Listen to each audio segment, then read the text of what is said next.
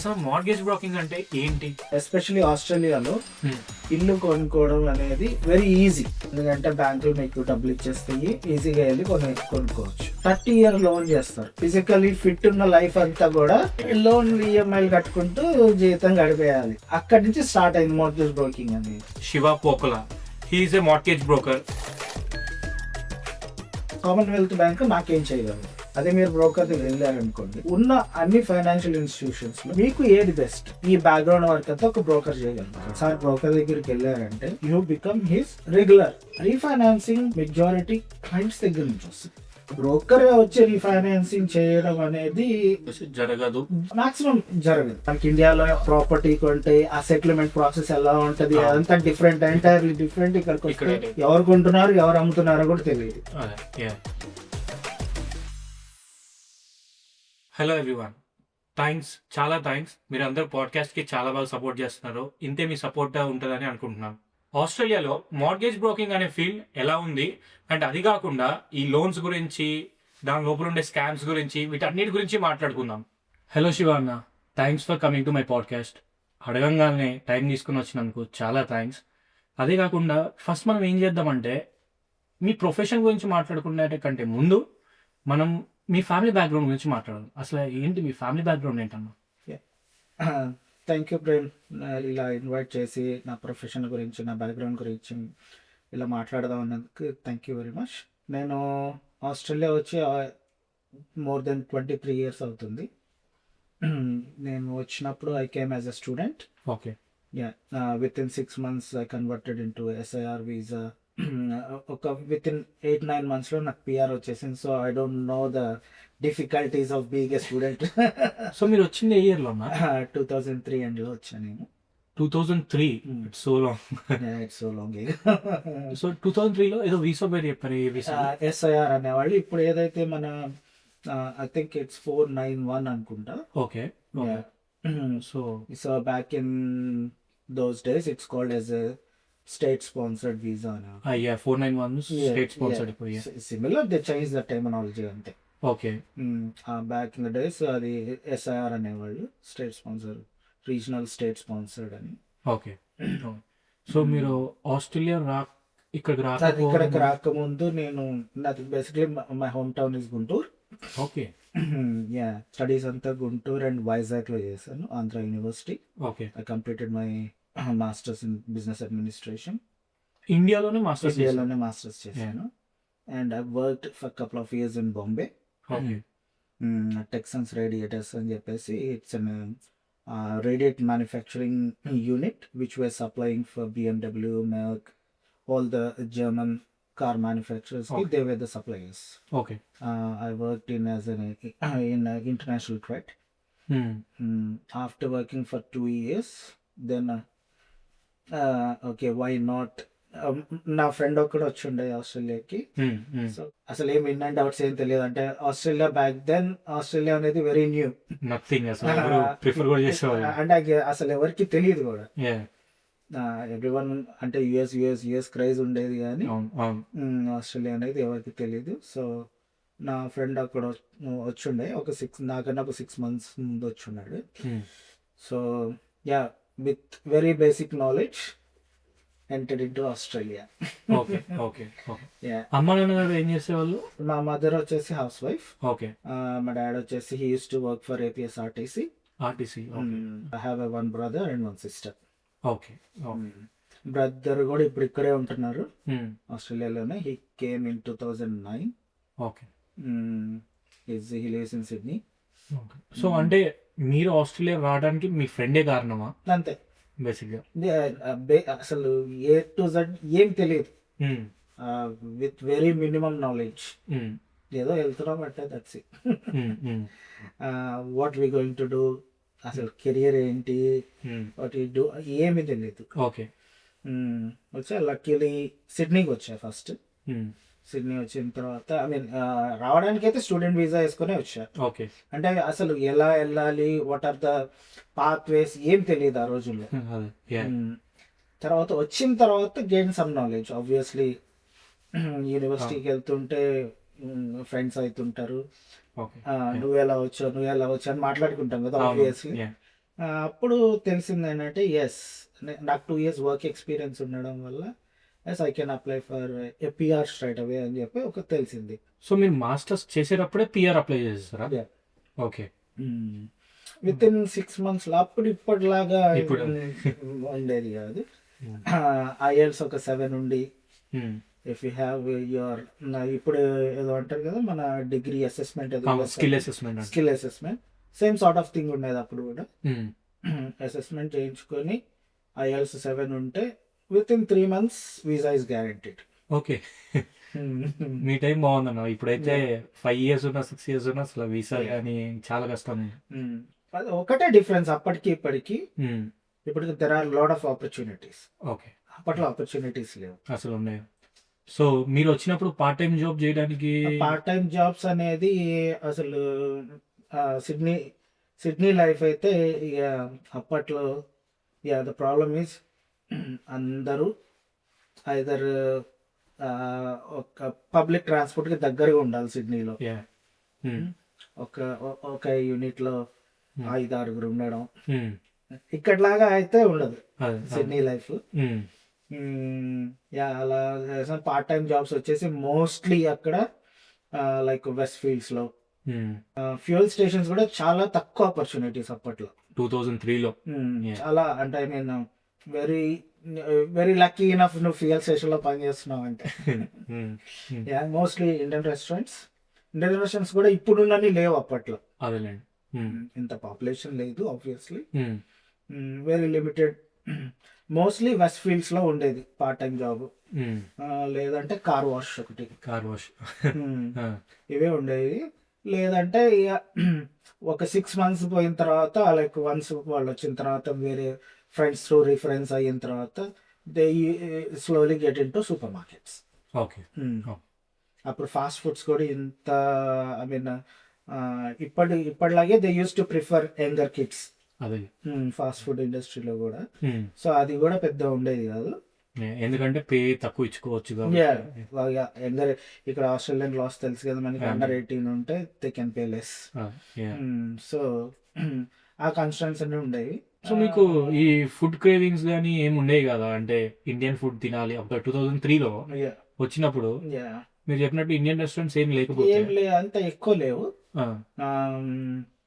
Cravings అంటే back those days compulsory I mean ఫ్లాట్లో వండుకోవాల్సిందే. Not like today, you don't have your Uber Eats కానీ DoorDash కానీ ఏమీ లేవు ఆ రోజుల్లో. కంపల్సరీ ఎట్లా ఉండేదంటే రోస్టింగ్ ఉండేది, Monday to Sunday roasting. But everyone use to cook nice food. అంత అవసరం పడేది కాదు, ఏది బయటకు వెళ్ళి తినాలి అన్నంత అవసరం ఉండేది కాదు. అది మీ జనరేషన్ అప్పుడు అలా ఉంది, అసలు కుకింగ్ రాదు. Everyone use to cook nicely and I'm a good cook to. So ఆ ప్రాబ్లం అయితే ఎప్పుడు రాలేదు. ఆ ప్రాబ్లం రాకపోయినా కానీ నాకు తెలిసి గొడవలు చిన్న చిన్న గొడవలు అయ్యి నేను చేయను అలా అలా ఏమైనా ఉండే అవన్నీ కామన్. ఇంకా ఇప్పుడు ఇంట్లో 3-4 ఉన్నారు అంటే 50-50 ఉండేది. 2 used to get along good, 2 used to quarrel all the time. అట్లా అప్పట్లో ఏంటంటే ఇట్ వాజ్ వెరీ లిమిటెడ్ కదా, అంటే ఇప్పట్లాగా ఎంతమంది జనాలు లేరు. So each and every person మనం తెలిసే ఉంటారు. ఒక తెలుగు వాళ్ళు ఉన్నారు అంటే అప్పట్లో సినిమా చూడాలి అంటే ఒకటే థియేటర్ ఉండేది. ఆ థియేటర్ కూడా అప్పుడు అన్ని వచ్చేవి కావు, ఓన్లీ మన you name it big hero సినిమాలు, లేదా అక్కడ ఆల్రెడీ హిట్ అయిన తర్వాత అప్పుడు వచ్చేవి. ఓకే. అంటే చిన్న సినిమాలు ఏమన్నా ఆల్రెడీ హిట్ అయిపోయి కొంచెం మంచి టాక్ వస్తున్నప్పుడు okay then they can bring it, అప్పట్లో తీసుకొచ్చేవాళ్ళు. సో ఇక్కడికి వచ్చిన తర్వాత మీరు ఏ ఫీల్డ్కి మాస్టర్స్కి వచ్చారన్నారు? నేను business administration including IT double masters చేయడానికి వచ్చాను. So double masters. So business administration ఇండియాలో చేశారు, ఇక్కడ బిజినెస్ ఇన్ఫర్మేషన్ సిస్టమ్ అని ఉండేది అప్పుడు. Okay. It's a combination of IT and business. Me first job దేంట్లో? నేను ఇంటర్నేషనల్ ట్రేడ్ లో చేశాను. ఓకే. ఇండియాలో. ఇక్కడికి వచ్చిన తర్వాత నేను ఫస్ట్ జాబ్ అనేది నేను అప్ టు 3 months ఒక జాబ్ చేయలేదు. తర్వాత ఇట్లాగే ఇండియా నుంచి తెలిసిన వాళ్ళ త్రూ ఒక ఇండియన్ రెస్టారెంట్లో స్టార్ట్ చేసి పార్ట్ టైం స్టార్ట్ చేసి పార్ట్ టైం కూడా అప్పట్లో పార్ట్ టైం ఏం లేదు, casual cash in hand okay okay. అంతే. అండ్ అది కాకుండా ప్రొఫెషనల్ జాబ్ గురించి ప్రొఫెషనల్ అదే ఇంకా చెప్తాను. ఐ మీన్ ఇక విత్ ఇన్ 8 months లో నేను పిఆర్ వచ్చేసింది. విత్ ఇన్ 8 months పిఆర్ వచ్చేసింది. ఎట్లాగూ మనం ముందే ఫీజులు కట్టేసి ఉంటాం కాబట్టి 1 year స్టడీ కంప్లీట్ చేసేసి then I started applying for నాకున్న ఎక్స్పీరియన్స్ త్రూ స్టార్ట్ చేశాను. ఫస్ట్ నేను సిడ్నీలోనే జాబ్ స్టార్ట్ చేశాను. అప్పుడు ఫ్యూజీ జిరాక్స్ నాకు ఇంటర్నేషనల్ ట్రేడ్ ఎక్స్పీరియన్స్ ఉంది కాబట్టి సో దానిలో నేను ఫ్యూజీ జిరాక్స్ వాళ్ళు ఏం చేసేవాళ్ళు అంటే they use to give contracting, అంటే వాళ్ళ జిరాక్స్ మెషిన్స్ ఐటీ కంపెనీస్కి, బ్యాంక్స్కి, వీళ్ళందరికీ వాళ్ళ సర్వీసెస్ అమ్మేవాళ్ళు. Okay okay. ఫస్ట్ దానిలో జాయిన్ అయ్యాను as a training associate. Okay, fresher కాబట్టి ఈవెన్ దో మనకి ఇండియాలో ఎక్స్పీరియన్స్ ఉన్నా ఏదన్నా కూడా what they use to look at is what is your onshore experience అని అడిగేవాళ్ళు. ఆస్ట్రేలియాలో ఏముంది ఆన్ షోర్ ఎక్స్పీరియన్స్ అడిగేవాళ్ళు అప్పట్లో. సో పెద్ద స్ట్రగుల్ అయితే కాలేదు, ఈజీ త్రూ అయింది. ఫ్యూజీ జిరాక్స్లో జాయిన్ అయిన తర్వాత విత్ అప్పటికి నాకు ఈ పిఆర్ ఇన్ ద సెన్స్ అది it's not a PR but SIR, దాని కండిషన్ వచ్చేసి I have to live in Adelaide, regional ఏరియాలో ఉన్నాను. అప్పుడే అడ్లైడ్ మూవ్ అయ్యారు. అప్పుడు then I went to my manager and I said this is my visa. అప్పటి వరకు నేను వాళ్ళకి చెప్పలేదు. ఓకే, చెప్తే అసలు జాబ్ ఇస్తారో లేదో అని కూడా అదొక ఉంటుంది కదా back of the mind. So అది చెప్పలేదు.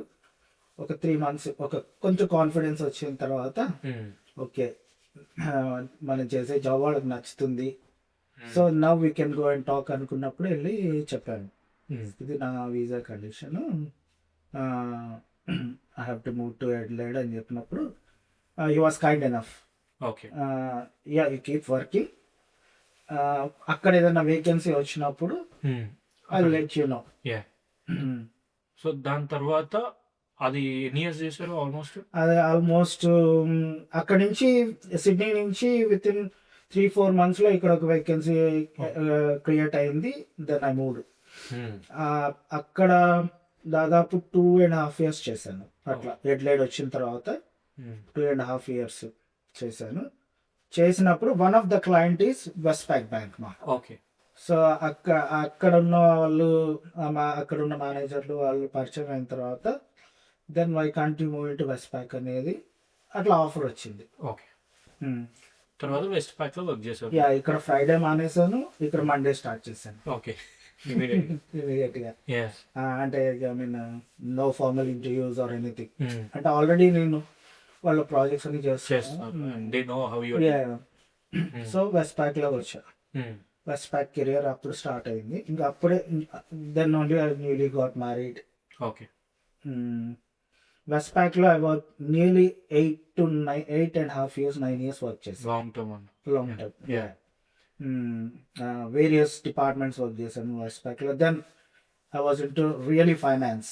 అంటే వెస్ట్పాక్ ఎన్వైరన్మెంట్ లో అప్పుడు ఫైనాన్స్ అనేది తెలుసుకున్నాం.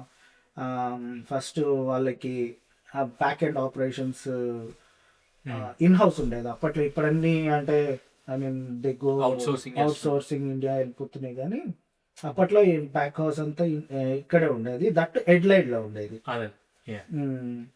సో ఆ బ్యాక్ ఎండ్ ఆపరేషన్స్ లో స్టార్ట్ చేశాను. అసలు ఆస్ట్రేలియాలో మార్గేజెస్ ఎలా వర్క్ అవుతాయి, ఈ ప్రాసెస్ ఏంటి అని అప్పుడు తెలిసింది. అంటే క్వైట్ ఎంబ్రేసింగ్ అనమాట. మనకి ఇండియాలో మనం ఏదైనా ప్రాపర్టీ కొంటే ఆ సెటిల్మెంట్ ప్రాసెస్ ఎలా ఉంటుంది అదంతా డిఫరెంట్, ఎంటైర్లీ డిఫరెంట్. ఇక్కడికి వస్తే ఎవరు కొంటున్నారు ఎవరు అమ్ముతున్నారో కూడా తెలియదు.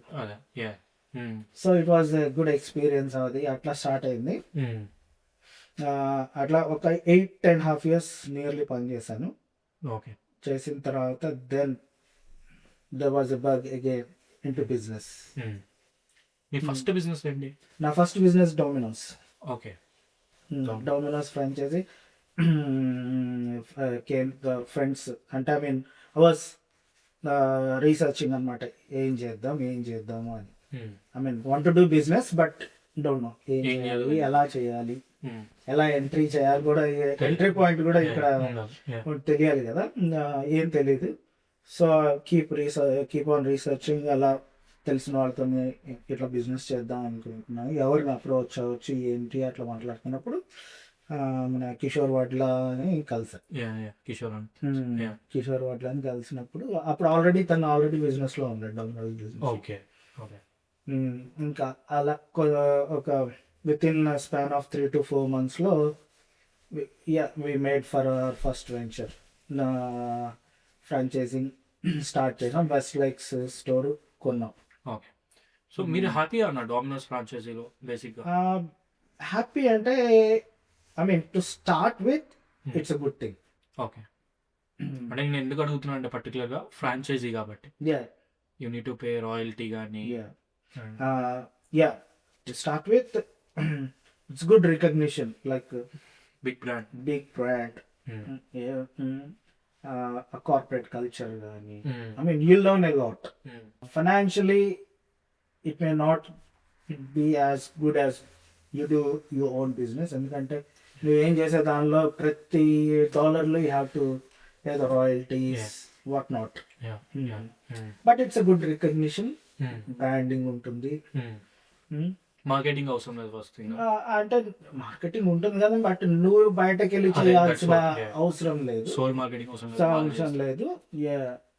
It's a brand driven కాబట్టి it was good. Once a time up to 5 stores వరకు మేనేజ్ చేసాం. Okay and we were doing turnovers around $7-8 million a year. It was good. Whatever we made in Domino's. Okay ఇది ఎన్ని years back అన్న? Domino's, still we have stores. Okay కాకపోతే ఏంటంటే it's not like ఇంతకు ముందు అంత అగ్రెసివ్గా అయితే బిజినెస్ చేయట్లేదు. స్టిల్ వీ హ్యావ్ ఒక పాసివ్ ఇన్కమ్ లాగా పెట్టుకున్నారు అంతే. సో దాని తర్వాత ఏం చేశారు? డామినోస్ ఎప్పుడైతే స్టార్ట్ చేశానో ఇంకా అప్పుడు వెస్ట్ ప్యాక్ వదిలేసాను. ఓకే ఇమీడియట్లీ ఒక 6 months అలా, ఒక ట్రాన్సిషన్ టైం. మళ్ళీ లైక్ ఆఫ్టర్ కోవిడ్, లైక్ 2003-2004 నుంచి బ్యాక్ ఆఫ్ ది మైండ్ మళ్ళీ okay need to slow down. Retail business అనేది ఇక్కడ తెలిసిందే కదా, I mean lot of time పెట్టాలి. అండ్ కోవిడ్ లో ఎలా బేర్ చేశారన్న మీరు? Covid was a very good time, okay especially Domino's business కి it was really good. Okay okay ఎందుకంటే Domino's business is purely delivery business. So అందరు lockdown లో ఉండడం, వర్క్ ఫ్రమ్ హోమ్ చేయడం, సో డొమినోస్ ఫ్లరిష్డ్ ఆ టైంలో. తర్వాత ఇక వన్స్ మెల్లమెల్లగా స్టోర్లని సేల్ చేసేసి ప్యాసివ్ ఇన్కమ్ ఒక స్టోర్ పెట్టుకొని యాజ్ ఆఫ్ నో మనం ఒక స్టోర్ ఓకే దాని తర్వాత ఓకే కిడ్స్ గ్రో అవుతున్నారు, ఆబ్వియస్ గా they came into high schools. ఆ డిమాండ్ ఇంట్లో కొంచెం టైం స్పెండ్ చేయాల్సిన ఆ డిమాండ్ ఎక్కువైపోయింది. ఎక్కువైపోయిన తర్వాత ఓకే రీటైల్ బిజినెస్ కొంచెం ఇంకా పక్కన పెట్టేద్దాం, what we know what I can do అనేది ఆలోచించుకుంటే ఎస్ మీ రూట్స్ లోకి 8-9 years ఎక్స్పీరియన్స్ ఉంది. సో లెట్స్ గెట్ ఇన్ అని చెప్పి 2005 స్టార్టింగ్ లో స్టార్ట్ చేసాం. మళ్ళీ 2025 లో మళ్ళీ okay what we can do and where to start. మళ్ళీ అసలు మార్గేజ్ బ్రోకింగ్ అంటే ఏంటి? మార్గేజ్ బ్రోకింగ్ అంటే ఇక ఇప్పుడు ఈ ఆస్ట్రేలియాలో ఏమవుతుంది అంటే, ఐ మీన్ ఆస్ట్రేలియానే కాదు anywhere in the world, bank ఇప్పుడున్న చేంజింగ్ ఎన్వైరన్మెంట్ బట్టి ఎస్పెషలీ ఫైనాన్షియల్ ఇన్స్టిట్యూషన్స్ ఎవరు కూడా ట్రెడిషనల్ బ్యాంకింగ్ అనేది ఎవరు చేయట్లేదు ఇప్పుడు. Everything is online and everything is ఆ ట్రెడిషనల్ బ్యాంకింగ్ అనేది లేకపోయేసరికి ఏమవుతుందంటే అవుట్ ఆఫ్ కాంపిటీషన్. ఇంతకుముందు ఏంటంటే అందరూ ఎవరి షటర్లో వాళ్ళు ఎత్తి పెట్టేవాళ్ళు, వెళ్ళేవాళ్ళు చూసుకునేవాళ్ళు. ఎక్కడ నాకు ఏది బెటర్ వస్తుందో చూసుకుని తీసుకునేవాళ్ళు. అంటే బ్యాంక్స్కి వెళ్ళేవాళ్ళు. బ్యాంక్స్కి వెళ్ళేవాళ్ళు. ఇవాళ ఏమైపోయింది, అందరికి బిజీ లైఫ్లో అయిపోయినాయి ఒకటి, ప్లస్ గ్లోబల్ మార్కెట్ అయిపోయింది. ఇంతకుముందు ఆస్ట్రేలియాలో 4-5 బ్యాంకులు ఉండే, ఆస్ట్రేలియన్ బ్యాంక్స్ ఉండేవి. ఇప్పుడు అట్లా కాదు కదా, ఇంటర్నేషనల్ బ్యాంక్స్ ఇప్పుడు. సో ఎంత ఆన్లైన్లో ఇవంతా సెర్చ్ చేసి దాని మీద అందరూ టైం స్పెండ్ చేసి ఎక్కడ ఏది ఆపర్చునిటీ ఉందో చూసుకోవడం అనేది కష్టం అయిపోయింది. ఓకే. దెన్ ఇట్ బికేమ్ ఇది కూడా ఒక ప్రొఫెషన్ అయిపోయింది. ఇప్పుడు మార్గేజ్ బ్రోకింగ్ అనేది ఒక ప్రొఫెషన్ అయిపోయింది. ఎందుకంటే ఆస్ట్రేలియాలో more than 65% of home loans ఏదైతే ఉన్నాయో డన్ బై మార్గేజ్ బ్రోకర్స్. ఇంతకుముందు కూడా మార్గేజ్ బ్రోకింగ్ ఉండేది, బట్ ఇట్స్ నాట్ ఇంత లెవెల్లో లేదు అప్పట్లో. ఓకే. ఎట్లా చూసేవాళ్ళు అంటే, ఓకే ఇప్పుడు నేను బ్రోకర్ దగ్గరికి వెళ్ళాను, తను చెప్పేది నాకు కరెక్టా కాదా అనేది ఇంతకు ముందు ఉండేది. ఎందుకంటే బ్యాంక్కి వెళ్ళేవాళ్ళు అంతా ఒక ట్రెడిషనల్ బ్యాంకింగ్లో చూసుకున్నప్పుడు ఈజీ ఉండేది. వన్స్ ఆ ట్రెడిషనల్ బ్యాంకింగ్ అనేది చేంజ్ అయిన తర్వాత అప్పుడు పీపుల్ థాట్ కూడా చేంజ్ అయింది. అంటే ఒక ట్రెడిషనల్ వేలో వెళ్తే అసలు బ్రోకర్ దగ్గరికి ఎందుకు వస్తారు అనేది చూస్తే, ఆస్ట్రేలియన్ మార్కెట్లో ఎస్పెషల్లీ ఆస్ట్రేలియాలో ఇల్లు కొనుక్కోవడం అనేది వెరీ ఈజీ, చాలా easy, very easy when compare to where we come from. Compare చేసుకుంటే ఆస్ట్రేలియాలో చాలా ఈజీ. ఎందుకంటే బ్యాంకులు మీకు డబ్బులు ఇచ్చేస్తాయి, ఈజీగా వెళ్ళి కొనుక్కోవచ్చు. కానీ ఎలా చూడాలి అంటే ఆస్ట్రేలియాలో 30 year లోన్ చేస్తారు. 30 years, and there are some banks which do 40 years కూడా. ఓకే. అంటే ఆల్మోస్ట్ యువర్ ఫిజికలీ ఫిట్ ఉన్న లైఫ్ అంతా కూడా లోన్ ఈఎంఐలు కట్టుకుంటూ జీవితం గడిపేయాలి. అక్కడి నుంచి స్టార్ట్ అయింది మార్గేజ్ బ్రోకింగ్ అనేది. బ్రోకర్ మీకు ఎక్కడ హెల్ప్ చేస్తాడు అంటే, మీకు ఒక మంచి డీల్ సెట్ చేసి మీరు ఆ మార్గేజ్ ని ఎంత త్వరగా క్లియర్ చేయగలిగే స్ట్రాటజీస్ కానీ, ఎక్కడ మీకు మంచి ఇంట్రెస్ట్ రేట్స్ వస్తున్నాయి, ఎక్కడ బ్యాంకింగ్ ఫెసిలిటీస్ మీకు బాగున్నాయి అనేది అక్కడ బ్రోకర్ మీకు హెల్ప్ చేస్తాడు అనమాట. సో ఈ కాన్సెప్ట్ ఎప్పుడైతే కొంచెం బయట అందరికి కొంచెం అవేర్నెస్ వచ్చింది, ఓకే బ్రోకర్ దగ్గరికి వెళ్తే మనకి ఈ అడ్వాంటేజెస్ వస్తున్నాయి, మనం డైరెక్ట్ ఇప్పుడు మీరు ఒక బ్యాంక్ వేస్తే ఫర్ ఎగ్జాంపుల్ ఇక్కడ మనం కామన్వెల్త్ బ్యాంక్ వెళ్ళారు. సో మీకు ఎంతవరకు ఉంటుందంటే కామన్వెల్త్ బ్యాంక్ నాకేం చేయగలదు. అదే మీరు బ్రోకర్ దగ్గరికి వెళ్ళారనుకోండి, బ్రోకర్ ఏం చేస్తాడు, ఉన్న అన్ని ఫైనాన్షియల్ ఇన్స్టిట్యూషన్స్లో మీకు ఏది బెస్ట్, మీరున్న సిచ్యువేషన్కి మీకు ఫైనాన్షియల్గా కానీ మీకు ఫెసిలిటీస్ వైజ్ కానీ మీ మార్గేజ్ని తొందరగా క్లియర్ చేయడానికి ఏది బెస్ట్, ఈ బ్యాక్గ్రౌండ్ వర్క్ అంతా ఒక బ్రోకర్ చేయగలుగుతాడు. సో ఫిల్టర్ చేసి మీ సిచ్యువేషన్ కి ఏది బెస్ట్ ఆప్షన్, ఆ అవేర్నెస్ ఎప్పుడైతే వచ్చిందో అందరూ బ్రోకర్స్ దగ్గరికి వెళ్ళడం స్టార్ట్ చేస్తారు. And the good thing is ఆస్ట్రేలియాలో ఎస్పెషల్లీ బ్రోకర్ చార్జెస్ మీరు పే చేయరు. అంటే I mean as a customer మీరు పే చేయరు. అంటే మీకు అప్ ఫ్రంట్ కాస్ట్ లేదు. అంటే అప్ ఫ్రంట్ కాస్ట్ గురించి మాట్లాడదాం అనుకుంటున్నాను నేను కూడా. జీరోనా లేకపోతే ఏమైనా ఉంటుందా? జీరో. ఓకే. నువ్వు జస్ట్ బ్రోకర్ దగ్గరికి వెళ్ళి బాబు నాకు జస్ట్ లోన్ కావాలి అని చెప్తే they will run through your from A to Z మీ సిచ్యువేషన్ కి తగ్గట్టుగా మీకు ఏది టైలర్ మేడ్ చేసి.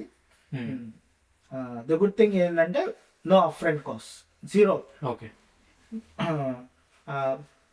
అప్పుడు మీకు డౌట్ రావచ్చు, బ్రోకర్ నాకు చేయడం వల్ల బ్రోకర్కి ఏంటి అని.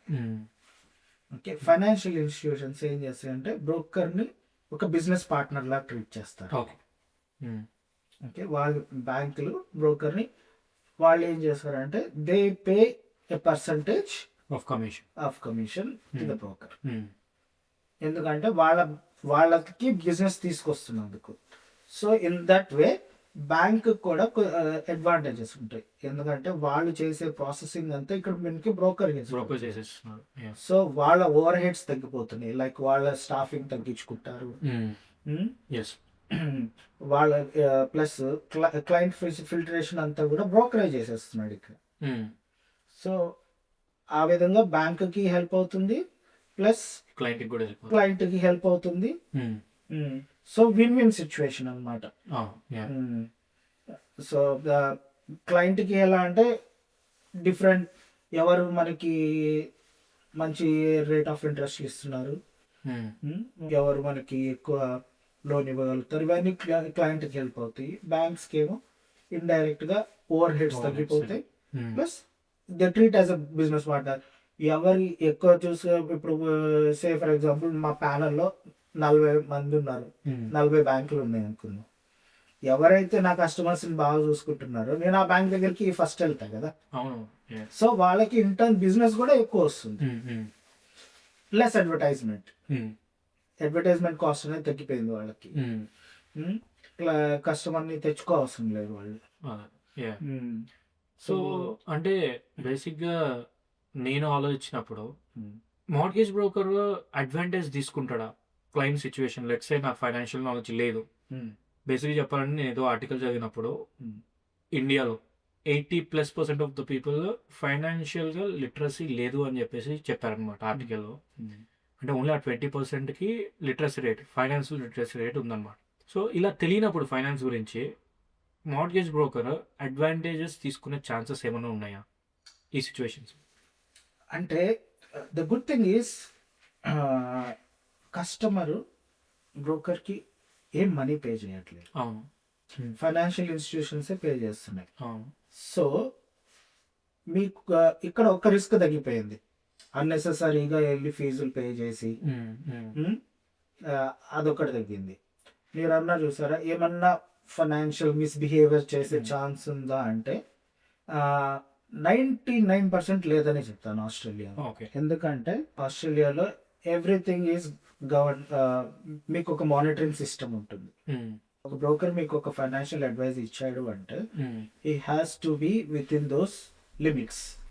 ఒక లీగల్ డాక్యుమెంట్ ఇవ్వాలి, అండ్ ఇక్కడ మనకి ఎస్సిక్ అని ఉంటుంది, Australian securities and investment commission అని చెప్పేసి వాళ్ళు దీనికి గవర్నింగ్ బాడీ ఉంటారు. వాళ్ళు మానిటర్ చేస్తూ ఉంటారు. అండ్ ఇట్స్ నాట్ లైక్ ఎవరు పడితే వాళ్ళు బ్రోకరింగ్ చేయలేరు ఇక్కడ. They need to have their own licence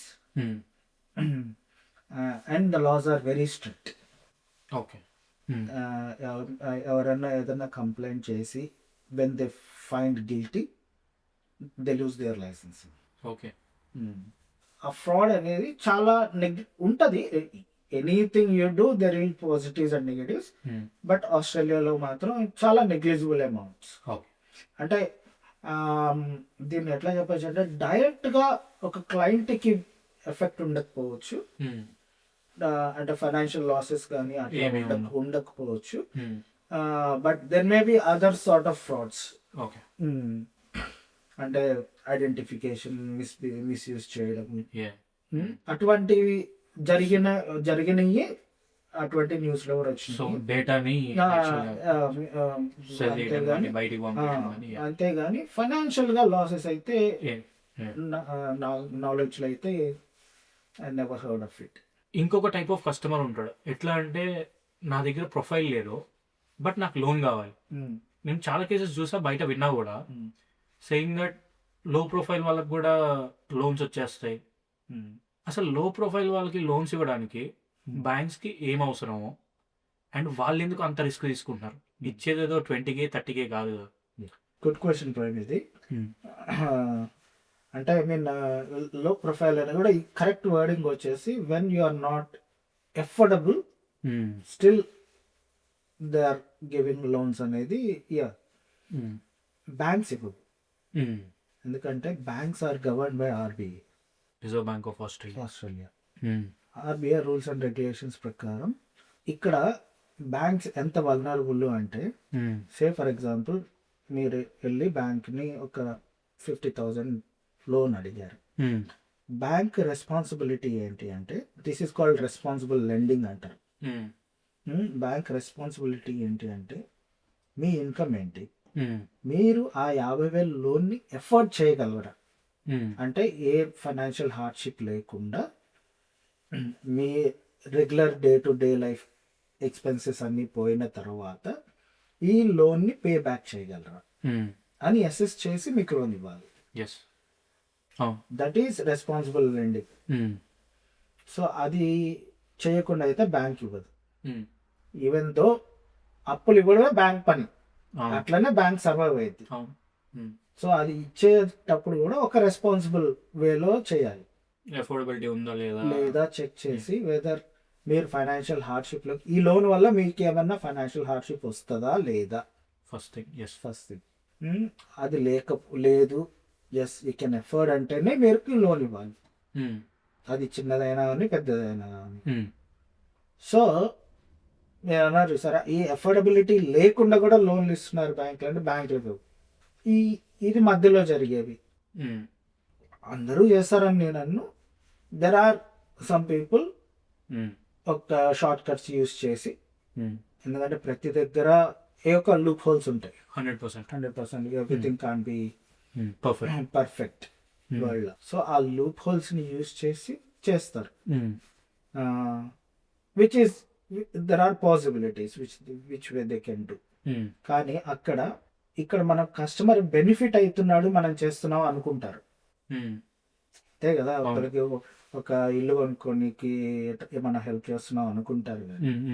దానివల్ల అంటే చాలా రియల్ కేసెస్లో అయిన ఇన్సిడెంట్స్ ఇవి. వాళ్ళకి మీరు హెల్ప్ చేసే కన్నా కూడా లాసెస్ ఎక్కువ చేస్తుంది.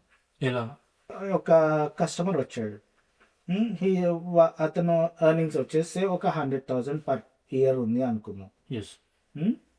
అతను వచ్చేసి ఈజ్ ఏ ఫ్యామిలీ ఆఫ్ 4 అనుకున్నాం. 2 kids, wife and husband. Australian standards ప్రకారం RBI has set rules. Family of 4 అంటే this is your average expenditure. ఒక స్టాండర్డ్స్ సెట్ చేసి పెట్టారు బ్యాంక్స్. అవి కన్సిడర్ చేసే మీకు ఉన్న స్పేర్ మనీలోంచి లోన్స్ ఇస్తాయి.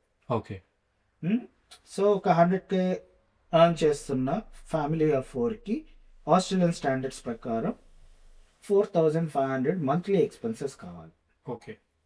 సో ఆ 4,500 తీసేసిన తర్వాతనే what is your spare money అనేది చూసి మీ లోన్ని సెట్ చేయాలి. So then you will be comfortable. మీకు ఒక స్ట్రగుల్ అంటే if there is any unforeseen situations వచ్చినాయి అనుకున్నాం, మీరు ఫైనాన్షియల్ గా స్ట్రగుల్ కాకుండానే చూడాలి. అక్కడ అయిపోయింది. So your spare money is left, I mean what ever is left, say maybe 20K ఉండొచ్చు. బికాజ్ ట్యాక్స్ గ్రాస్ కన్సిడర్ చేస్తారు లేకపోతే నెట్ కన్సిడర్ చేస్తారు? నెట్. సో నెట్ వచ్చేసి 100K ఉంటే రఫ్లీ అరౌండ్ 22,000 to 23,000 ట్యాక్సెస్ పోతాయి. అవును, depends on what industry work అన్ని. Average గా వచ్చేసి ఒక 22,000 to 23,000 ట్యాక్స్ పోతుంది. So your take home will be around 74,000 to 75,000. దానిలో అరౌండ్ 50,000 to 53,000 నీ house hold income, house hold expenditure అయిపోయింది. నీకు ఇంకా మిగిలిన ఆ 22,000 లోనే నీ ఈఎంఐ ఉంటే you will be comfortable. So ఆ షార్ట్ కట్స్ యూస్ చేసి వాళ్ళు నేను హెల్ప్ చేస్తున్నా అనుకునే చేస్తారు. దానివల్ల వాళ్ళకి వచ్చే బెనిఫిట్ ఏం లేదు కదా. హెల్ప్ చేస్తున్నాం అని చెప్పేసి మీ ఈఎంఐ సే నేను ఆ క్లయింట్ వచ్చేసి ఒక 500,000-600,000 వరకు he will be comfortably affordable అతనికి. కానీ నాకు $1 million లోన్ కావాలి అన్నా కూడా ఇచ్చారనుకుందాం. So his EMIs will be around $6,000-7,000 per month. అంటే అక్కడే 50,000-60,000 వెళ్ళిపోయాయి. ఒక 60,000 ఈఎంఐ కట్టడానికి ఇయర్లీ నీ దగ్గర అఫోర్డబిలిటీ లేదు. నువ్వు ఎక్కడ కాంప్రమైజ్ అవ్వాలి? ఎక్స్పెన్స్. దానికి కూడా ఒక సర్టన్ లిమిట్ అనేది ఉంటుంది కదా, మినిమం ఒక సర్టన్ లిమిట్ ఉంటుంది కదా. ఏదైనా especially most of the people are migrants here. Unexpected things అనేవి వస్తూనే ఉంటాయి ఓవర్సీస్ లో కానీ ఎక్కడైనా కానీ అన్ఎక్స్పెక్టెడ్. సరే నువ్వు ఒక ఓవర్సీస్ వెళ్ళాల్సి వచ్చింది అనుకున్నాం, which will cost you family of 4 వెళ్ళొచ్చారంటే which will cost you minimum somewhere around ఒక $10,000 minimum 5 lakhs INR to 6 lakhs INR అవుతుంది. Which will be around $10,000, yeah. Merely కొంచెం బడ్జెట్ వేసుకొని వెళ్తే ఒక 10,000 లో వచ్చేస్తారు. అంటే ఈ అన్ఎక్స్పెక్టెడ్ ఎక్స్పెండిచర్ వల్ల ఒక షార్ట్ టర్మ్ ఇబ్బంది అనేది వస్తుంది. ఇబ్బంది వచ్చినప్పుడు దీన్ని ఎంతవరకు మీరు కోపప్ అవుతారు అనేది ఇక్కడ మెయిన్. వెన్ మన కెపాసిటీకి మించి బారో చేసినప్పుడు అయ్యే ఇబ్బందులు ఇవి. కానీ అసలు వీళ్ళు ఎలా ఇచ్చారు? మన బ్యాంకింగ్ సిస్టమ్ లో ఉన్న షార్ట్ కట్స్ ని యూజ్ చేసి ఇవ్వచ్చు, లెండ్ చేయొచ్చు.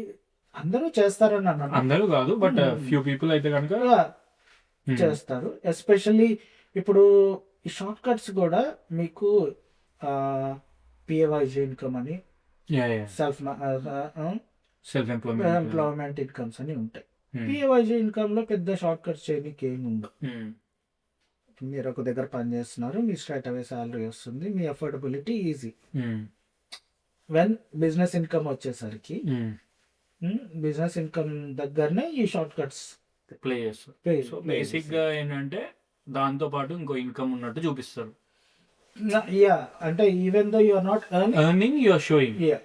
దిస్ ఇస్ కాకపోతే బ్యాంక్ వాడు కానీ ఏదైనా కానీ they think that what ever visible, అంతే ఏది విజిబుల్ ఉందో దాన్ని బట్టి అంటే they do their checks, but what ever visible they go on with that. అలా అవుతాయి. రీఫైనాన్స్ అనేది ఒక పెద్ద స్కామా? మార్గేజ్ బ్రోకర్స్ చేసే స్కామా, లేకపోతే నిజంగానే క్లయింట్ హెల్ప్ చేస్తున్నారు? ఇది కూడా వెరీ గుడ్ క్వశ్చన్, రైట్?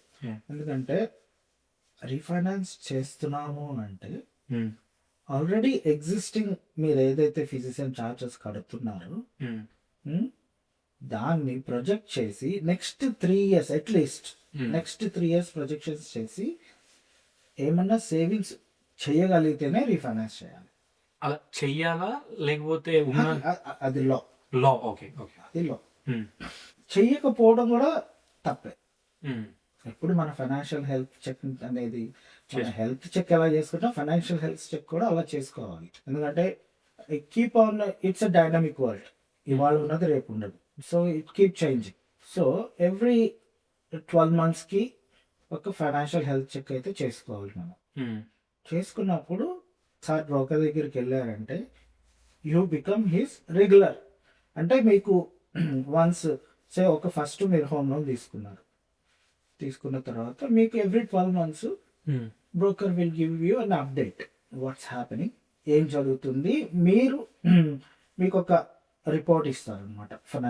ఒక మీ హెల్త్ చెక్ ఒక లాస్ట్ 12 months లో మీరున్న సిచ్యువేషన్లో ఈ లాస్ట్ 12 months లో మీరు తీసుకున్నప్పటికీ ఇప్పటికీ ఈ చేంజెస్ అన్నీ వచ్చినాయి. మీరు హోమ్ లోన్ స్టార్ట్ చేసినప్పటికీ ఇప్పటికీ ఈ చేంజెస్ వచ్చినాయి. దీనివల్ల మీరు దీన్ని రివ్యూ చేసుకొని మీరు దీనికి చేంజ్ అయితే మీకు ఇంత బెనిఫిట్ వస్తుంది అని చెప్తారు. ఓకే. సో బెనిఫిట్ లేకుండా అయితే చేయరు. అంటే రీఫైనాన్సింగ్ అనేది మెజారిటీ క్లయింట్స్ దగ్గర నుంచి వస్తుంది. ఓకే. ఎందుకంటే ఆఫ్టర్ సర్టన్ టైం, మేబీ ఒక 1 year or 2 years తర్వాత their equity will increase obviously, and someone who wants to purchase another investment property or you want to withdraw some money, majority అట్లానే వస్తాయి. ఒక broker వచ్చి refinancing చేయడం అనేది జరగదు, maximum మనం ఏది కూడా నో అని చెప్పలేము. సో మాక్సిమం జరగదు. ఎందుకంటే బ్రోకర్ కూడా మీకు రీఫైనాన్సింగ్ చేయాలి కూడా ఒక సర్టన్ పీరియడ్ అట్లీస్ట్ వెయిట్ చేయాలి. బికాజ్ అప్పుడే కమిషన్స్ వస్తాయి బ్యాంక్, లేదంటే వచ్చిన కమిషన్స్ మళ్ళీ వాళ్ళే పే చేయాలి. ఓకే. సో ఇది పెట్టింది కూడా, ఈ రెగ్యులేషన్ కూడా పెట్టింది ఎందుకంటే మీరు అన్నట్లు బ్రోకర్లు చేయకుండా ఉండడం కోసమే ఈ చెక్. ఓకే. ఇది కమిషన్స్ ఎందుకు చేస్తారు? ఓన్లీ బికాస్ ఆఫ్ కమిషన్స్, అంతే కదా. అది ఫ్రీక్వెంట్ గా చేయకుండా కస్టమర్స్ లూజ్ అది లాస్ అవ్వకుండా ఈ చెక్కే ఆర్బీఐ పెట్టింది. సో ఈ రీఫైనాన్స్ చేసేటప్పుడు కస్టమర్ ఏమైనా ఛార్జెస్ పే చేయాలా? Zero charges. బ్రోకర్కి ఏం పే చేయడు, బట్ దెర్ విల్ బి, మీరు సే ఫర్ ఎగ్జాంపుల్ ఒక ప్రోడక్ట్ నుంచి ఇంకో ప్రోడక్ట్కి వెళ్తున్నారు, లేదా ఒక ఫైనాన్షియల్ ఇన్స్టిట్యూషన్ నుంచి ఇంకో ఫైనాన్షియల్ ఇన్స్టిట్యూషన్కి వెళ్తున్నారు. ఎవ్రీ టైము ఎంట్రీ ఫీ ఉంటుంది, ఎగ్జిట్ ఫీ ఉంటుంది. And there may be, depends on the financial institution, there may be other fees also. Okay. So ఇదంతా డిస్క్లోజ్ చేయాలి ముందే. డిస్క్లోజ్ చేసి, సే ఫర్ ఎగ్జాంపుల్ మీరు ఒక బ్యాంక్ నుంచి ఎగ్జిట్ అవుతున్నారు ఇంకో బ్యాంక్లోనికి, ఒక కామ్ బ్యాంక్లో నుంచి ఎగ్జిట్ అయ్యి బస్పాక్లోకి వెళ్తున్నారు అనుకుందాం. కంపారిజన్ అనేది చేయాలి ఫస్ట్. ఓకే, కంపారిజన్ చేయాలి. ఇప్పుడు సే ఇప్పుడు as of today some x fees కడుతున్నాడు ఈ కస్టమర్. సో మీరు రీఫైనాన్స్ చేయడం వల్ల ఈ ఎక్స్ ఫీజును తగ్గించగలిగారా, దాన్ని నెక్స్ట్ 3 years ప్రొజెక్షన్స్ చేయాలి.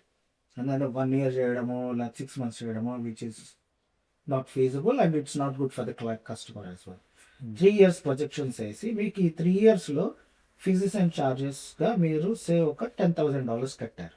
సో ప్లస్ ఒక ఇంట్రెస్ట్ వచ్చేసి ఒక 100,000 పెట్టారు అనుకోండి. 110,000 మీ ఖర్చు నెక్స్ట్ 3 yearsకి. మీరు రీఫైనాన్స్ చేయడం వల్ల ఫీజెస్ అండ్ ఛార్జెస్లో ఒక 50%, ఇంట్రెస్ట్లో 0.5%, 0.6%, which here we're talking about big money కాబట్టి it will make a huge difference.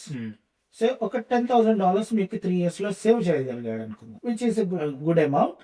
And mid term of the loan దీనివల్ల మీకు అడ్వాంటేజ్ అయ్యి తగ్గించగలిగితే అది గుడ్ రీఫైనాన్సింగ్ స్ట్రాటజీ అంటారు. లెట్స్ సే ఇప్పుడు నేను ఒక బ్యాంక్ తో ఉందాం అనుకున్నాను, నేను కామ్ బ్యాంక్ తో ఉందాం అనుకున్నాను, నా ఇల్లు ఆ లోన్ అనుకుందాం. నాకు వేరేది వెస్ట్ ప్యాక్ అనుకుందాం, వాళ్ళు కూడా సేమ్ రేట్ ఇస్తున్నారు, కాకపోతే చార్జెస్ అండ్ ఫీజెస్ తక్కువ ఉన్నాయి అనుకుందాం. ఈ కేసులో రీఫైనాన్స్ చేయొచ్చా? రూల్స్ యాక్సెప్ట్ చేస్తే? రూల్స్ ఎప్పుడు యాక్సెప్ట్ చేస్తాయి అంటే, మీరు ఎప్పుడైతే కంపారిజన్ చేశారో వాట్ యూ వాంట్ అచీవ్ అనేది కూడా నేను కన్సిడర్ చేయాలి ఫస్ట్. ఓకే. ఫస్ట్ మీరు రీఫైనాన్స్ దేనికి చేయాలనుకుంటున్నారు, ఫస్ట్ సోర్స్ సమ్ ఎక్స్ట్రా మనీయా, లేకపోతే మీ గోల్ ఏంటి, ఆ గోల్ని బట్టి ఒక్కొక్కసారి ప్రతి రీఫైనాన్స్లోనూ మీకు బెనిఫిట్ వస్తుందని చెప్పలేం. ఇన్ ఫీజెస్ అండ్ ఛార్జెస్ కానీ ఇంట్రెస్ట్ రేట్ కానీ బెనిఫిట్ వస్తుందని చెప్పలేం. There may be some other things like మీకు మీరు ఉన్న కరెంటు బ్యాంక్లో మీకు సర్వీస్ నచ్చకపోవచ్చు. You may have face some unpleasant situations, ఏదన్నా కావచ్చు. అట్లాంటి సిచ్యువేషన్లో దెర్ ఇస్ ఇక కంపారిజన్ అనే వర్డ్ లేదు. నీకు నచ్చకపోయినా కానీ రీఫైనాన్స్ చేసి, సో అక్కడ ఇక కంపారిజన్ లేదు. బట్ స్టిల్ బ్రోకర్ పని ఏంటంటే దే హ్యావ్ టు ఎడ్యుకేట్. ఇది చేయడం వల్ల ఇది నష్టపోతారనో లాభపడతారనో అనేది అయితే డిస్క్లోజ్ చేయాల్సిందే. Okay. Which is a law. Mortgage brokers అనే వాళ్ళు ఓన్లీ హోమ్ లోన్స్ చేస్తారా, లేకపోతే ఏ కైండ్ ఆఫ్ లోన్ అయినా చేస్తారా? మీకు మార్గేజ్ బ్రోకర్స్లో డిఫరెంట్ కేటగిరీస్ ఉన్నాయి. కొంతమంది అన్నీ చేస్తారు, లైక్ యూ నేమ్ ఇట్. ఒక అసెట్ ఫైనాన్స్ కానివ్వండి, బిజినెస్ లోన్ కానివ్వండి, పర్సనల్ లోన్ అన్నీ చేస్తారు. కొంతమంది వచ్చేసి they want to do only commercial lending. అది మనం పెట్టుకున్న రెస్ట్రిక్షనే కానీ there is no rule that మీరు ఇదే చేయాలి, ఏ లోన్ అయినా ప్రొవైడ్ చేయొచ్చు. సో నెక్స్ట్ థింగ్ వచ్చేసి, ఇప్పుడు మార్గేజ్ బ్రోకర్స్ కి నేను ఎక్కడ చూసినా కానీ 2-3 లగ్జరీ కార్స్ ఉంటాయి. అసలు దాని వెనకాల ఏంటి స్టోరీ ఏంటి, అంటే వాళ్ళు ఎందుకు కొంటారు? నేను ఎవరిని చూసినా పెద్ద కొంచెం వెల్ సెటిల్డ్ వాళ్ళకి మర్సిడీస్, డిఫరెంట్ కార్స్ 2-3 ఉంటాయి, ఒకటి కూడా కాదు. ఏంటి దాని వెనకాల రహస్యం ఏంటి? దాని వెనకాల రహస్యం అని ఏం లేదు. మీ లైఫ్ స్టైల్ ఎక్కడైనా కూడా మీ సంపాదన మీద మీ లైఫ్ స్టైల్ డిపెండ్ అయి ఉంటుంది. And mortgage broking is a good profession. ఎవరన్నా ఆ ప్రొఫెషన్లోకి రావాలి అనుకుంటే very good profession where you can live your life very comfortably.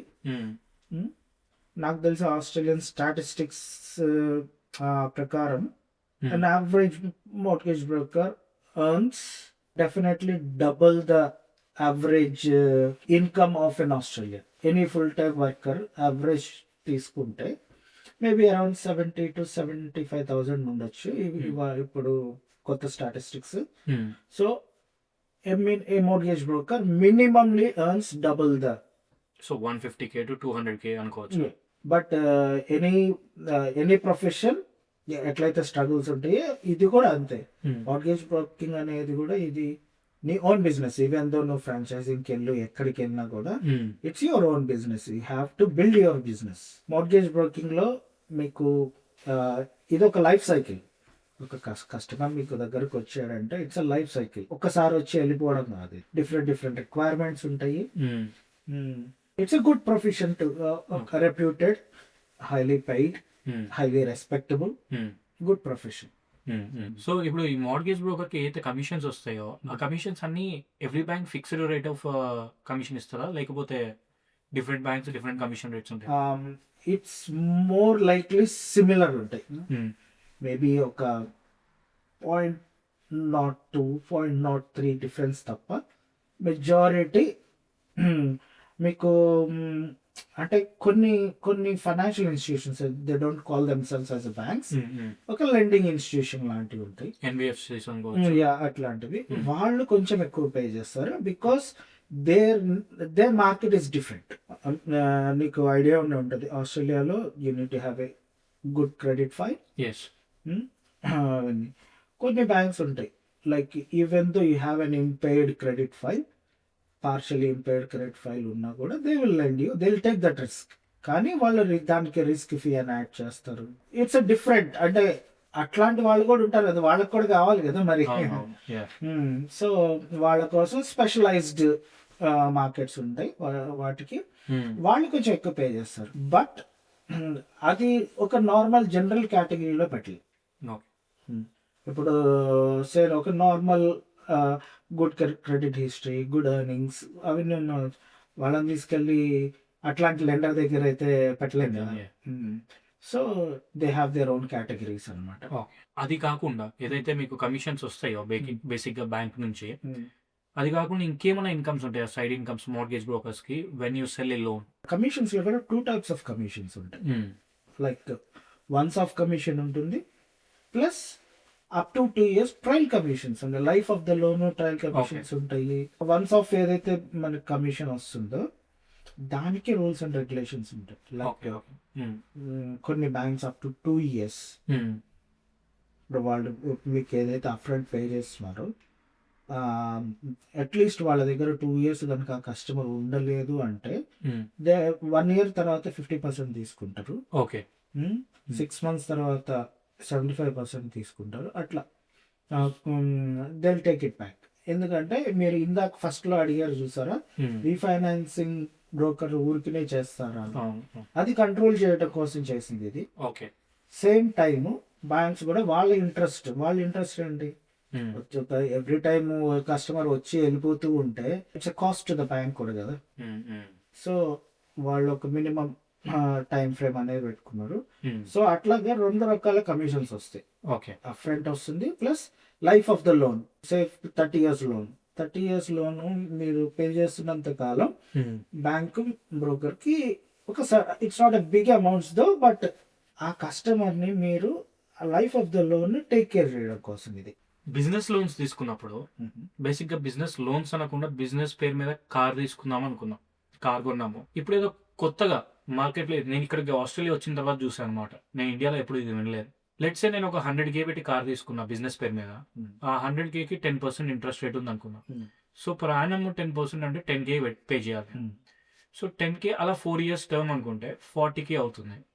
40K first ఉన్న ప్రిన్సిపల్ అమౌంట్ కి యాడ్ చేసేసి అంటే విచ్ ఇస్ 140K చేసి దాన్ని ఈఎంఐగా స్ప్లిట్ చేస్తున్నారు.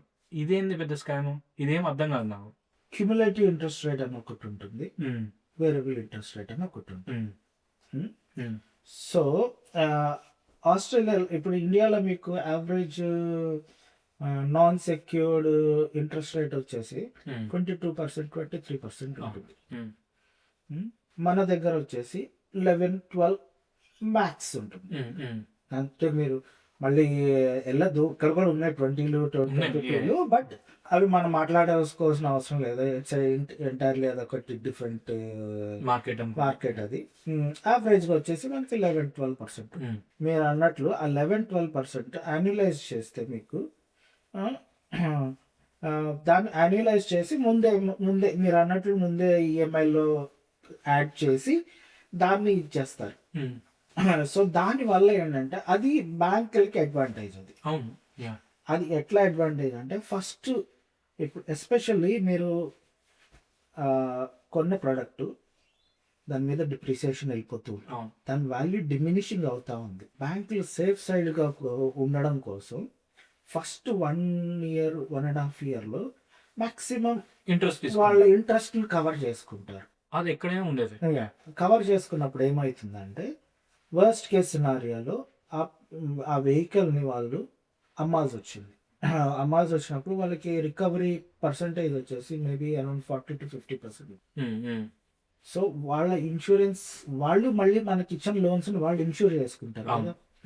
సో వాళ్ళ ఇన్సూరెన్స్ కాస్ట్ తగ్గించుకోవడం కోసం ఇదొక బ్యాంక్ యూజ్ చేసే strategy which is legal, which legally they are allowed to do. ఇది కాంట్రవర్షియల్ క్వశ్చన్ అవ్వచ్చు, లేకపోతే ఏదైనా అనుకోవచ్చు మీరు. లెట్స్ సే నేను ఒక లోన్ తీసుకున్నా, 100K 200K లోన్ తీసుకున్నా, పర్సనల్ లోన్ తీసుకొని ఐ లీవ్ ఆస్ట్రేలియా. సో ఇప్పుడు బ్యాంక్ ఏం చేస్తుంది? యాజ్ ఎ ఇందాక మనం అనుకున్నట్టు బ్యాంక్ ఎవ్రీ లెండింగ్ మీద వాళ్ళు ఇన్సూర్ చేసుకొని ఉంటారు. ఓకే. ఒక సర్టన్ పర్సెంటేజ్ అంటే $1 to $1 ఇన్సూర్ చేసుకొని వాళ్ళు ఊరికినే ఇన్సూరెన్స్లో కట్టుకోరు కదా. ప్లస్ మనకి ప్రతి లోన్ మీద వాళ్ళు first they want to take insurance అని అడుగుతారు. ఓకే. అవును. ఆ ఇన్సూరెన్స్ మనల్ని కవర్ చేయదు, బ్యాంక్ అని కవర్ చేస్తుంది. ఓకే. అంటే in the event of unfortunate things bank అని కవర్ చేస్తుంది. ఇన్సూరెన్స్ కొంత కవర్ చేస్తుంది వాళ్ళకి. ఇన్సూరెన్స్ తర్వాత ఇట్ విల్ బి అ లాస్గా రికార్డ్ చేయాల్సిన బుక్స్ లో, లేకపోతే ఇంటర్నేషనల్ వెళ్ళి వాళ్ళని తీసుకుని అంటే కలెక్ట్ చేసుకునే రైట్స్ ఏమైనా ఉంటాయా? ఉంటాయి, కానీ again how much money we are talking about. ఇప్పుడు మనకి విజయమాల్య ఉన్నాడు, విజయమాల్య నువ్వు యూకే పట్టుకుపోయి తీసుకొని రావచ్చు. ఎందుకు చేస్తున్నారు ఆ పని అంటే ఐ మీన్ వెళ్ళి లీగలీ ఎందుకు ఫైట్ చేస్తున్నారు? ఇట్స్ అ బిగ్ అమౌంట్స్ కాబట్టి. అంటే ఏదైతే వాళ్ళు ఖర్చు పెడుతున్నారో లైక్ లీగలీ ఫైట్ చేయడానికి ఆ కాస్ట్ కూడా చూసుకుంటారు కదా. When we're talking about putting amounts like 20,000 30,000 100,000 I mean ఆ ఎఫర్ట్ వాళ్ళకి వేస్ట్ కదా. వేస్ట్. ఓకే. ఎందుకంటే ఈ legal cost are too expensive ఇక్కడ. బట్ వెళ్ళి తీసుకుని రావచ్చు, కలెక్ట్ చేసుకోవచ్చు. మరి ఎందుకంటే I'm not sure how exactly it is implemented. ఇప్పుడు మనకి ఇక్కడ ఆస్ట్రేలియాలో ఏదైతే క్రెడిట్ ఫైల్ ఉంటుందో ఇండియాలో కూడా ఇప్పుడు క్రెడిట్ ఫైల్ అవుతుంది. అండ్ ద బ్యాంక్స్ ఇప్పుడు ఇంత బ్యాంక్స్ అన్ని గ్లోబల్స్ అయిపోయినాయి. అవును, majority. They want to bring us a unique platform where they can share the credit data. So adi implement aithe so you know wherever you go it will follows you. So adi ఇది కొన్ని సంవత్సరాల నుంచి మాట్లాడుతున్నారు. Major banks కి అయితే already implement అయింది. ఇది it's a matter of time అందరికి ఇంప్లిమెంట్ అవుతుంది. ఏంటంటే ఇక అందరికి ఒక గ్లోబల్ పాస్పోర్ట్ లాగా. అర్థమైంది. సో ఇప్పుడు మనం దీని గురించి మాట్లాడాం కాబట్టి ఇన్సూరెన్స్ గురించి, ఎల్ఎంఐ గురించి కూడా మాట్లాడదాం. Lender mortgage insurance. అసలు ఇది ఏంటి కాన్సెప్ట్ ఏంటి? లెండర్కి ఇన్సూరెన్స్, లెండర్కే కదా ఇన్సూరెన్స్, మనకు కాదు ఇంతకు ఇన్సూరెన్స్ లాగా. సో అసలు ఏంటి ఇదేంటి? ఇక్కడ ఏంటంటే బ్యాంక్స్ వాళ్ళ రిస్క్ని తక్కువ చేసుకోవడానికి minimum up to certain value of the property మీకు వితౌట్ ఎనీ ఇన్సూరెన్స్ ఇచ్చేస్తారు. Loan to value. ఇక్కడ ఆస్ట్రేలియాలో జనరల్గా 80% of your property value without any insurance మీకు ఇచ్చేస్తారు. అబౌవ్ 80 అడిగినప్పుడు ఏంటంటే అది బ్యాంక్ రిస్క్. ఇక్కడ కండిషన్ పెడుతుంది బ్యాంక్, మీకు నేను మోర్ దెన్ 80% మీకు లెండ్ చేస్తాను, కానీ మీరు ఇన్సూరెన్స్ పే చేయాలి. అక్కడ మ్యాండేటరీ అయిపోతుంది.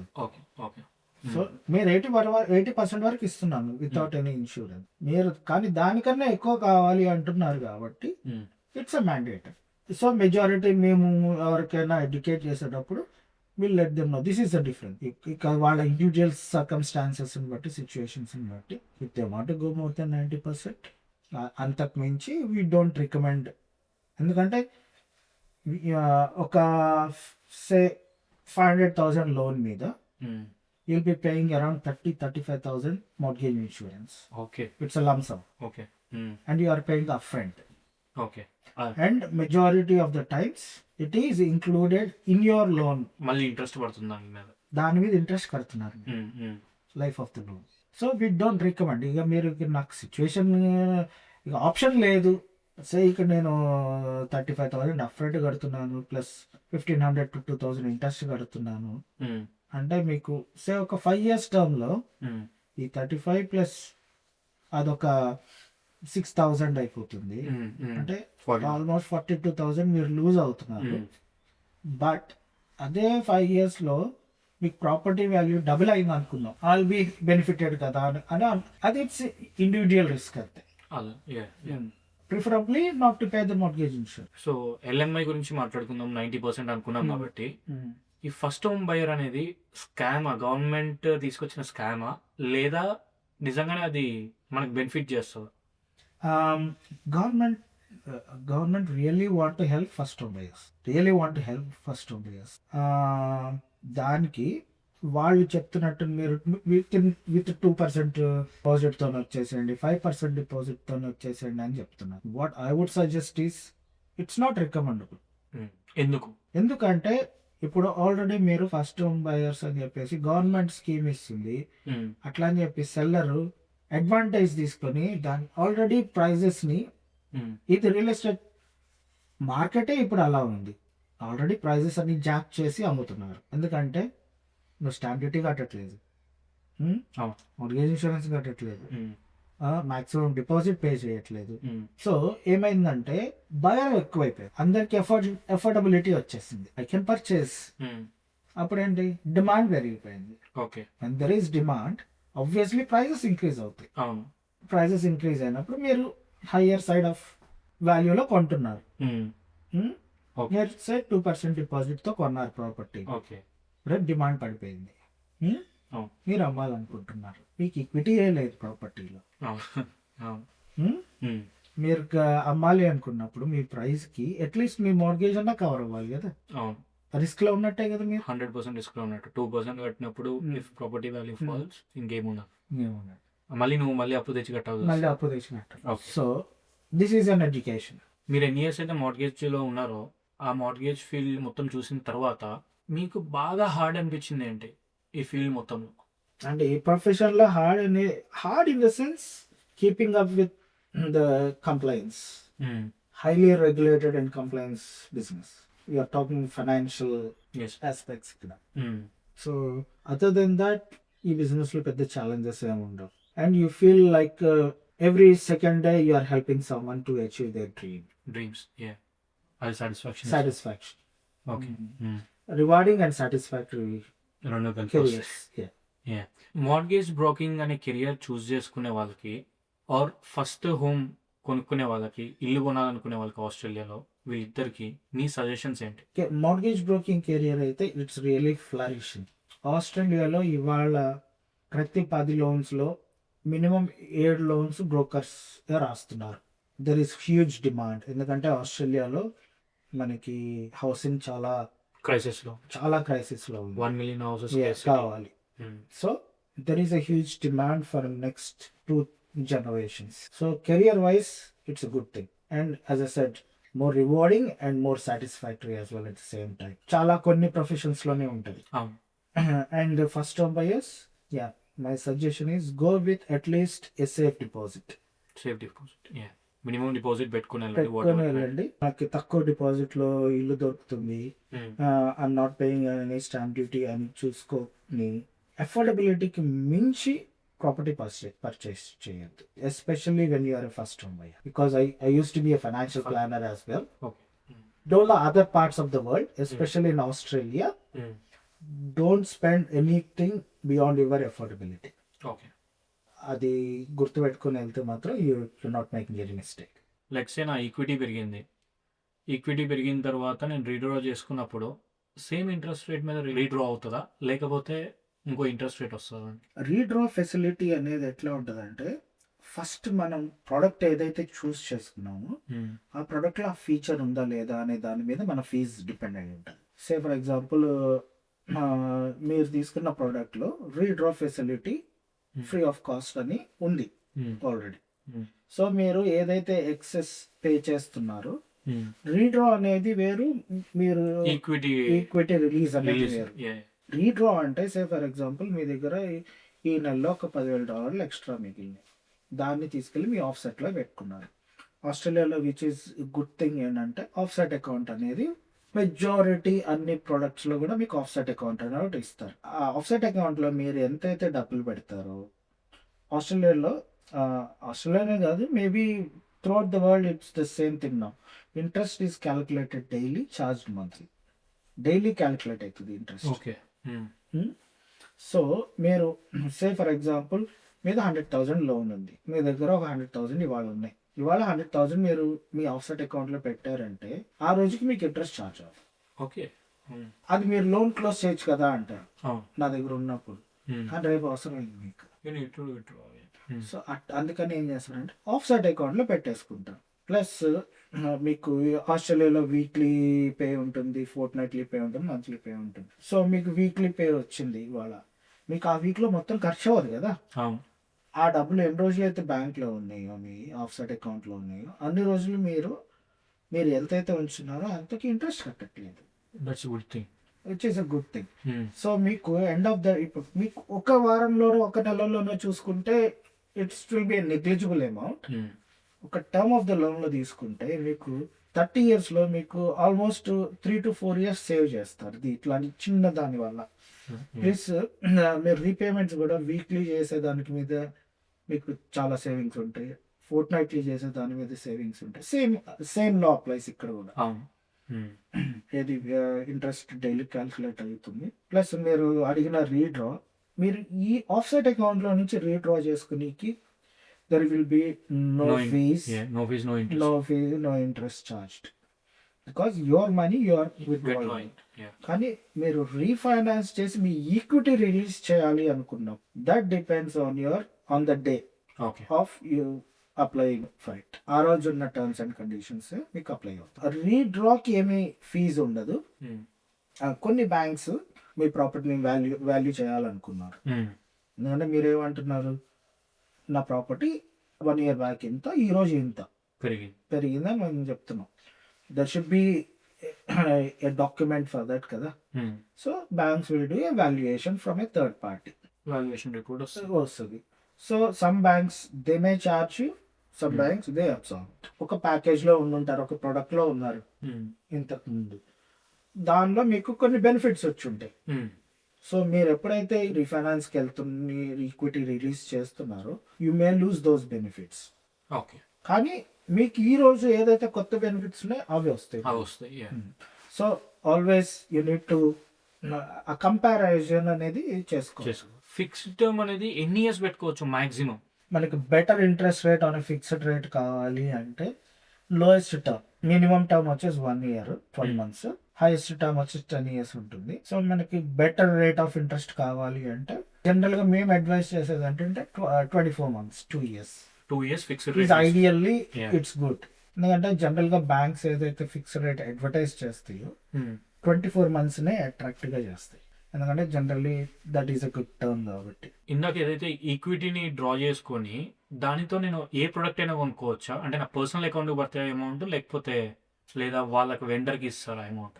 ఈక్విటీని తీసుకొని you can buy another property, you can invest in business. కానీ మీరు ఓనర్ ఆక్యుపైడ్ లో నుంచి తీస్తున్నారు అనుకుందాం ఫర్ ఎగ్జాంపుల్, అంటే మీరు ఏదైతే మీరు ఉంటున్న ఇంట్లో నుంచి మీరు ఈక్విటీ తీస్తున్నారు. ఇక్కడ ఆస్ట్రేలియాలో మీరు ఉంటున్న ఇంటికి తక్కువ ఇంట్రెస్ట్ రేట్ కడతారు. అవును. ఓకే. ఇన్వెస్ట్మెంట్ ప్రాపర్టీస్ మీద ఎక్కువ ఇంట్రెస్ట్ రేట్ ఉంటుంది, ఎందుకంటే because you are making money out of it కాబట్టి banks will charge obviously more interest than owner occupied. Okay. So మీరు ఓనర్ ఆక్యుపైడ్ లో నుంచి ఎక్కువ లోన్ తీసుకొని యు ఆర్ టేకింగ్ అడ్వాంటేజ్ కదా. Okay. Okay. So purpose of loan అనేది compulsory ఇక్కడ మనం బ్యాంక్కి రివీల్ చేయాల్సిందే, పర్పస్ ఎందుకు తీస్తున్నాం. సో ఎందుకు తీస్తున్నామని చెప్పి రివీల్ చేసిన తర్వాత నేను ఒక ప్రొడక్ట్ అని చెప్పి నేను ఇంకో ప్రొడక్ట్ తీసుకోవచ్చా? ఇంకా అది ఎవరు చూడట్లేదు కదా. సో అవైతే మనకే పడతాయి, మనకి వస్తాయి, వెండర్ కి ట్రాన్స్ఫర్. అంటే they'll keep and limit up to 200K అంటే దిల్ గో. ఇప్పుడు సే ఫర్ ఎగ్జాంపుల్ నేను రెనోవేషన్ చేస్తున్నా అంటారు, అవును. ఒక సర్టన్ అమౌంట్ అడిగాను అనుకోండి, విచ్ ఈస్ ఓకే, బ్యాంక్ ఏ పెద్ద డాక్యుమెంటేషన్ అడగదు. సే మీరు నాకు ఒక 100,000 రెనోవేషన్ కావాలి అన్నారు అనుకో, then they will ask okay where is your contract, రెనోవేషన్కి ఏదైతే ఏమైనా కోడ్స్ తీసుకున్నారా ఆ కోడ్ సబ్మిట్ చేయండి, ఏదైనా పర్మిషన్స్ తీసుకున్నారా అవి సబ్మిట్ చేయండి అని అడుగుతారు. Okay. So it's depends on the value of the money and what reason you have given to the bank. Thank you అన్న, thank you so much for coming to my podcast. Hope you enjoyed it. మాకు చాలా information వచ్చింది. Once again thank you so much. Thank you for having me here, and I hope I have shared some knowledge. For sure, yeah. Thank you.